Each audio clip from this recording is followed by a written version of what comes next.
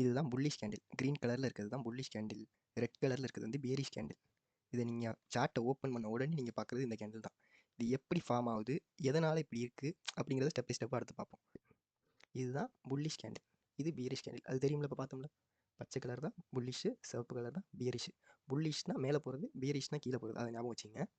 புல்லிஷ்ங்கிற candle வந்து கீழேருந்து மேலே போகிறது, பியரிஷ்ங்கிற கேண்டில் வந்து மேலேருந்து கீழே வருது. நெக்ஸ்ட் வந்து இப்போ பியரிஷ் கேண்டில் புல்லிஷ் கேண்டில் எப்படி ஃபார்ம் ஆகுதுங்கிறத பார்ப்போம். இது வந்து ஒரு ஹையர் டைம் ஃப்ரேம் கேண்டில்னு வச்சுக்குவோம். இல்லை ஒரு கேண்டில், அது ஹையர் டைம் ஃப்ரேம் போக சொல்கிறேன்.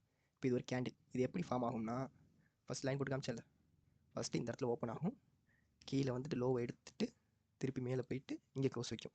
இப்போ வந்து இந்த இடத்துல தான் பாடி ஸ்டார்ட் ஆகுது. இந்த இடத்துல வந்துட்டு திருப்பி இந்த பாடி தொடையில் இந்த இடத்துல விக்கு ஃபார்ம் ஆகுது. அதாவது ஒரு ஏரியா ஆரம்பித்து இன்னொரு ஏரியா முடியுது பார்த்தீங்களா, இந்த இடம் விக்கு. அதே மாதிரி இது வரைக்கும் பாடி போயிருக்கும், போயிட்டு திருப்பி இது வரையும் விக்கில் வந்து முடிஞ்சிருக்கும். அப்போ இது ஒரு விக் ஏரியா.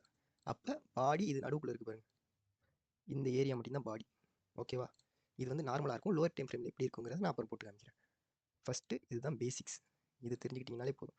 ஒரு புல்லிஷ் கேண்டில் எப்படி ஃபார்ம் ஆகுதுன்னா, ஃபஸ்ட்டு ஒரு கேண்டில் ஆரம்பிக்குது, கீழே வந்து விக் வைக்குது, மேலே போகுது, மேலே விக் வைக்குது, அப்புறம் ஒரு பாடியை க்ளோஸ் பண்ணுது. தெளிவாக புரிஞ்சுங்க. இது புரிஞ்சால் தான் நெக்ஸ்ட் மார்க்கெட்டே ரீட் பண்ண முடியும். இதுதான் கேண்டில் ஸ்டிக், இப்படி தான் இருக்கும். அதே மாதிரி பியரிஷ் கேண்டில் ஸ்டிக்.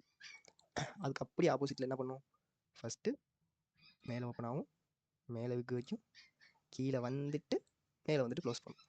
அவ்வளோதான் பியரிஷ் கேண்டில். அதே தான் டிக்டோ அப்படியே தான் இருக்கும். அப்படியே மிரர் பண்ண மாதிரி இருக்கும் அப் சைட் டவுன்.